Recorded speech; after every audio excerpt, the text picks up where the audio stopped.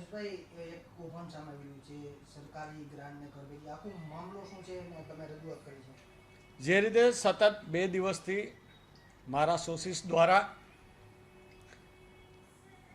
કોઠારિયા ગામ પાસે ખોખર નદી પાસે જે કોર્પોરેશને ગાયો જે ડબ્બે આવે અને જે ગાયોની વ્યવસ્થાની એક ભાગરૂપે અહીંયા જે ઊભું કરેલું છે અને જેનું સંચાલન જીવદયા ટ્રસ્ટને સોંપેલું છે, જે ટ્રસ્ટના ટ્રસ્ટીઓ રાજેન્દ્રભાઈ અને યશ શાહ બંને બાપ દીકરો કરી રહ્યા છે.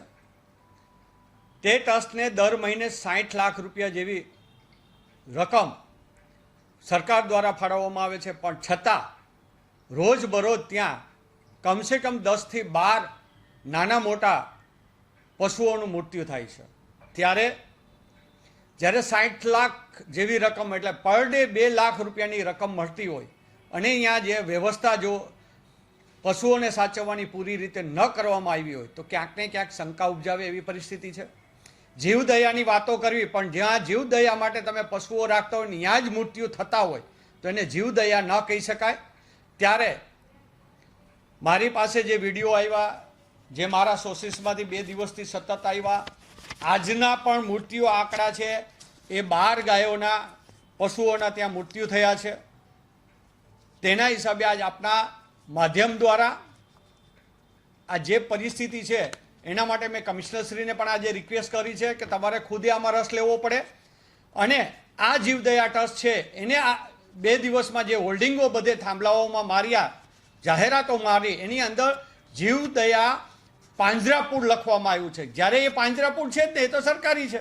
પાંજરાપોળ કોને કહેવાય? કે જે ટ્રસ્ટની માલિકી હોય અને પાંજરાપોળ ઊભું કર્યું એને પાંજરાપોળ કહેવાય.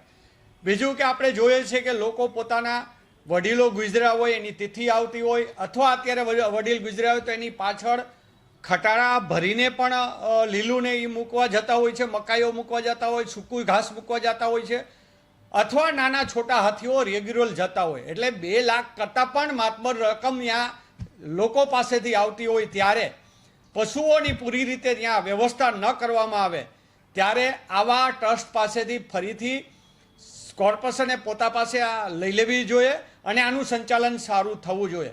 એટલે ક્યાંક ને ક્યાંક એવું ઉપજાવે છે કે આ ટ્રસ્ટ છે એ ગાયોના નામે પોતાના ઘર તો ભરતું નથી ને, એટલા માટે મારે ના છૂટકે ત્યાંની જે હકીકત છે એ લોકો સમક્ષ લાવવી પડી છે અને અધિકારીઓ પાસે લાવવી પડી છે. અને અધિકારીઓને મારી વિનંતી છે કે આની અંદર જે કોઈ અધિકારી પણ જવાબદાર હોય એની સામે કમિશનરશ્રી પગલાં લે, કારણ કે હરેક જે કોર્પોરેશને પોતાના જે ગાયોને એને સાચવવાના જે સ્થળો ઊભા કર્યા છે, જે બીજા ટ્રસ્ટોને આપ્યા છે, એની ઉપર પણ અધિકારીઓની નિમણૂક કરેલી છે કે જે ટ્રસ્ટને વ્યવસ્થા માટે અને ગાયોને અને જે અહીંયા પશુ આવતા હોય એને કોઈ જાતની તકલીફ ન પડે એવી વ્યવસ્થાઓ હોવી જોઈએ. પણ એ વ્યવસ્થાઓ ન થતી હોય તો એની સામે રિપોર્ટ કરવા જોઈએ. પણ ક્યાંક ને ક્યાંક રિપોર્ટો થતા નથી.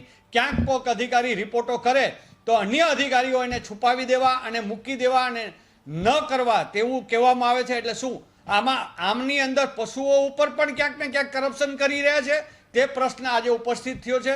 ત્યારે આની ઉપર તાત્કાલિક પગલાં લેવામાં ગુજરાત સરકાર પણ લે. જ્યારે જે સારી ગૌશાળાઓ રાજકોટની અંદર ચાલી રહી છે, જેને પશુ દીઠ સબસિડી જે સરકાર ફાળવે છે એ ટાઈમસર ફાળવવામાં નથી આવતી, પણ આવા લોકોને વહેલામાં વહેલી પૈસા દર મહિને દઈ દેવામાં આવે છે, તો શા માટે સારી ગૌશાળાઓને પણ પૈસા રેગ્યુલર ટાઈમસર દેવામાં નથી આવતા?